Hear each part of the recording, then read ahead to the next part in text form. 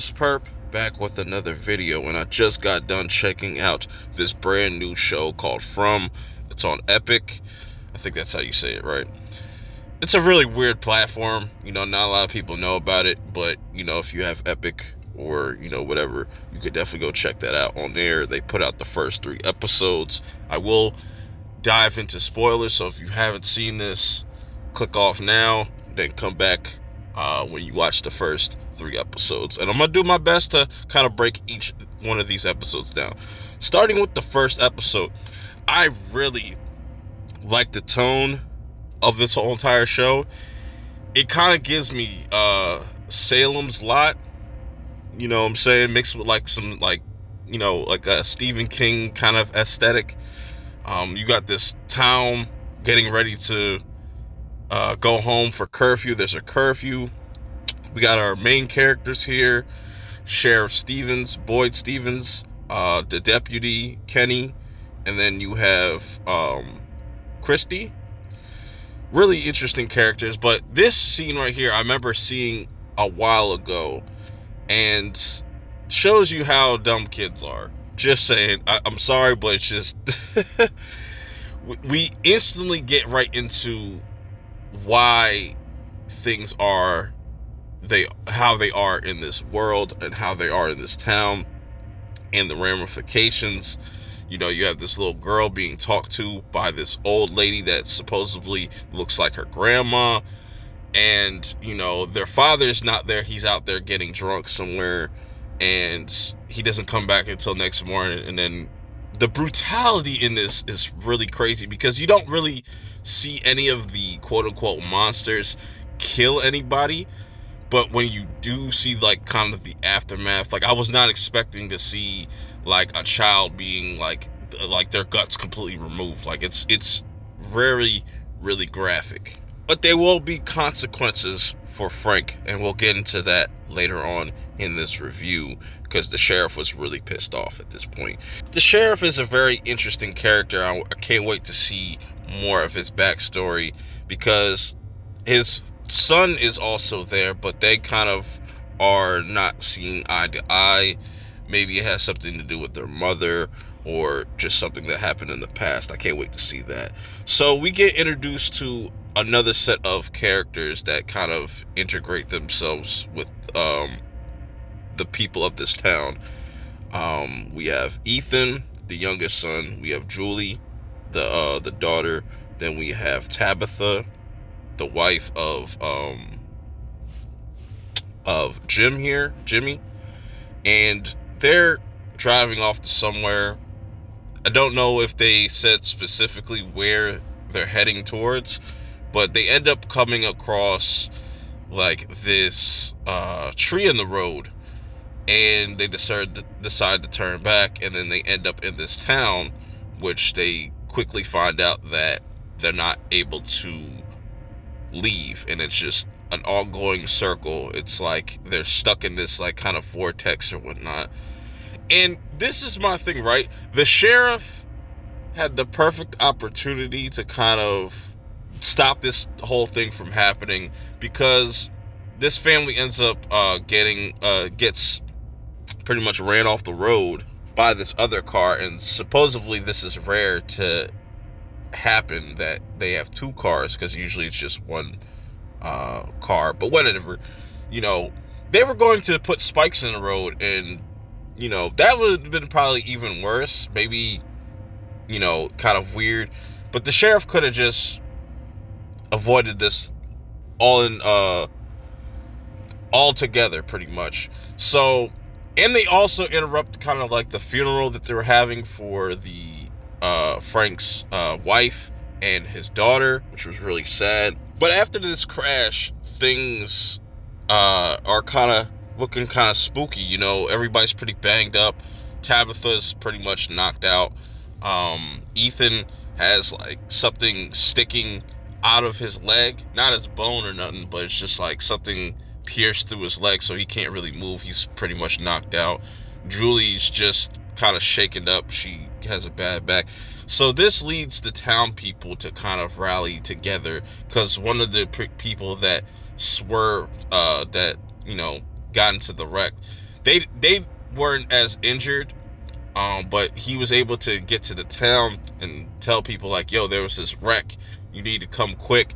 So they rally up the troops, able to get one guy to the hospital, and you're introduced to this other character named Sarah. Now, we'll get into Sarah because there's some really weird stuff happening with her character as well. So there's an issue though now, because Ethan has this thing sticking out of his leg. They can't really go nowhere, so they decide to kind of split the group up. Tabitha, Julie, and everybody else goes with Ellis. That's the sheriff's son. They end up going before it gets dark because they only have like a couple hours before sunset and whatnot. So they're not letting them really know exactly what's going on and why they have to move the way they move, because they don't want to freak them out. And I like how throughout these 3 episodes they kind of ease these characters into this world. A lot of them are still in disbelief, but really dope kind of way to kind of ease our way into the story. So now, with the end of the first episode, you've got Boyd. He's pretty much stuck in the RV with Christy. She is the only one that's kind of like has any type of medical background. There's another nurse or something like that, but she stays behind, and so does Jimmy. And they're pretty much stuck in this RV. And I really like this scene, how we have all these different characters kind of on the run, or just trying to get some type of shelter. And you also see the psychological effects that these monsters play on certain characters, like Christy. Like, Christy was starting to freak out because they never tried to use one of these talismans. You see them throughout all these episodes and stuff that kind of protects them from the monsters, but they've never used it in the car. So like, Christy's kind of freaking out, but the sheriff has to kind of calm her down, be like, yo, you got this. Look, this is what they do. You just keep doing what you're doing, and we just got to wait this out. On the other side of things, you have Julie and Tabitha and everybody else trying to get into Donna's house, and they're not trying to let them in at first because, these monsters look like regular people. They walk and they talk like regular people, and they play mind tricks. Really interesting thing here, though. A character reaches out to Julie. One of the monsters reaches out to Julie, and I'm curious to see what that's going to be all about, when we get that reveal later on in the season. And I really like the fact that, they're all kind of split up, and Donna's sitting there breaking down exactly what's going on, that there's monsters out here, and Julie's being talked to Fatima. Really, really dope stuff here, man.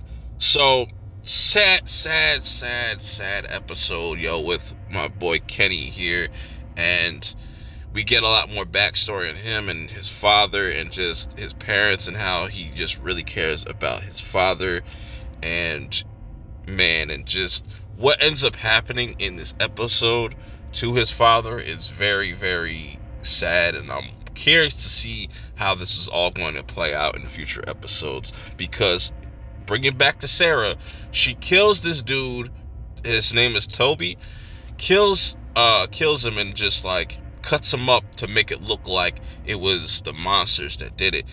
And she was getting voices in her head telling her to pretty much do all this stuff, and this will set you free. But her opening up that door is the reason why Kenny's father and the other nurse got killed and stuff. But nobody knows that it was Sarah, so that's going to be interesting. That's going to be really interesting. Also, seems like Sarah has some type of foresight, because there's things that she talks about, like broken glass and all this, and I'm just wondering where it's all going to lead with her character, because she's definitely like the most oddest one out of them all. And now you have this reunion, it's daylight.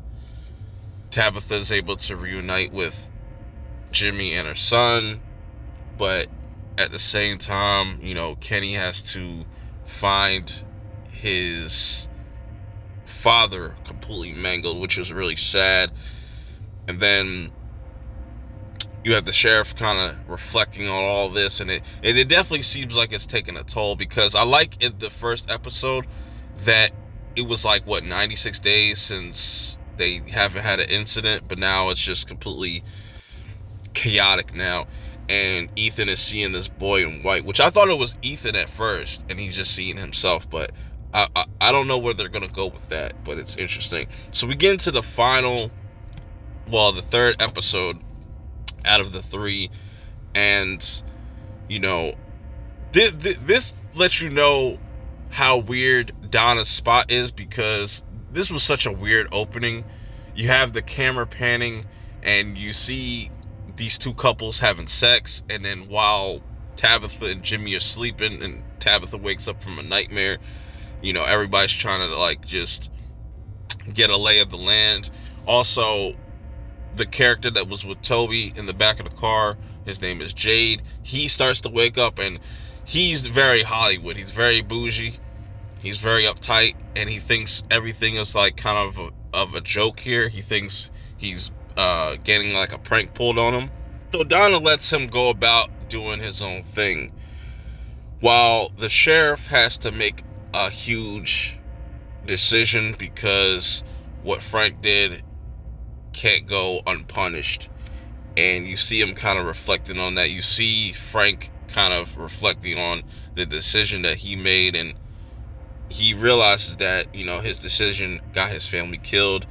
Also, another character that's kind of regretting what she's done is Sarah, and you start to see the effects that Kenny's father's death has on his mother, and his mother's kind of just not all the way there. Anyways, you have the priest pretty much breaking down where you're going to be staying depending on where you live, which that we'll get into my favorite part of episode 3 on where they're going to stay. And he pretty much breaks down all the different rules, what that box is. It's for people that get other people killed, and this is the first night that they're going to have to use it, so you could see why the sheriff has so much pressure on him, because he doesn't want to make that decision. Back at Donna's house, though, you have Ellis making Ethan a cane so he can kind of walk straight, and this is where there's a couple scenes before we get into my favorite part, where Julie kind of made her own decisions in this moment, in a lot of these different moments, because the people at Donna's place, they're very free. They're not really held down by certain rules and stuff, and you can kind of see that throughout these episodes. Next, we have this really interesting scene of Victor, the old creepy guy that Julie doesn't really like. He is pretty much out here seeing if the trees moved. I don't know what that has to do with it. It's kind of weird. It really is. But Ethan tries to kind of just confront him and say yo, what are you doing? I could help you. Let me help. And he also mentions the boy in white, which I feel like Victor has some type of connection. Maybe that's Victor's son. I don't know, because I don't know. It's really interesting to me. So let's talk about Jade, because he's a very interesting character, because he's still thinking this is all a prank. He even goes as far as stealing one of the townspeople's bikes, which was a hilarious scene within itself. And he comes across this cellar, and he finds something down there that kind of just scares the shit out of him. But he's still kind of in disbelief. He kind of shakes it off oh, good one, Toby. Jade is an interesting character. I'm curious to see where they're going to take his whole entire arc through this first season, if he's going to make it. Meanwhile, you have the sheriff going to the priest, kind of just looking for guidance. But the priest lets him know, you can't show weakness, because the sheriff really doesn't want to make this decision. And I feel like the priest kind of has his own little motives. We'll have to wait and see. But he says you can't back out and show your weakness right now. You have to follow through with the rules that you've put in place. Which leads us into my favorite part of episode 3, is where it's kind of like the sorting hat, where you choose where you want to go. So the family has to make the decision where they're going to stay in town, or they're going to go with what was the Donna's group's name? It was called like the community house. And before they can get into all that, Frank comes in here.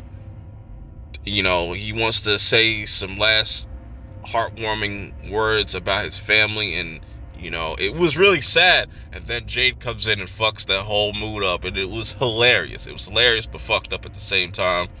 And the sheriff forces him to like pretty much choose the town, which then the deputy Kenny pretty much takes him away from everything.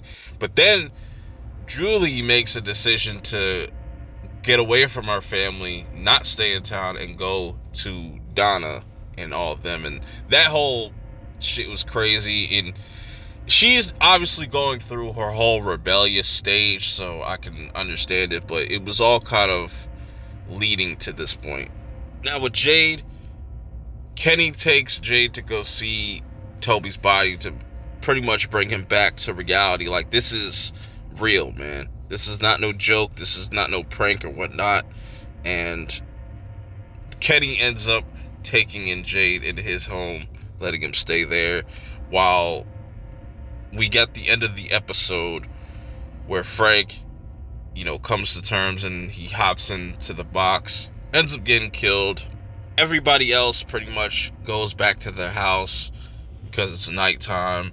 Overall, though, I really enjoyed this episode. It was a much slower episode, a much more less intense, but still, I like the fact that we got 2 very strong episodes that showed us like pretty much this world, the town, the consequences of not following the rules and stuff like that. Where they can go with certain characters. Like I'm pretty sure the next person on the chopping block is Sarah, and I'm wondering how that's going to go down. Who else is going to die? Who else is trying to kind of take Frank out of power? I definitely think that the priest is. Just think that anybody could pretty much die in this first season. Who's to say that Frank will make it out, and maybe Jimmy has to be the one to kind of take his place? I don't know. There's a lot of interesting storylines and arcs going on. I like the tone. I'm hooked, man. So if you like this, let me know. I definitely want to continue doing reviews. But until next time, I will see y'all in the next video. Peace.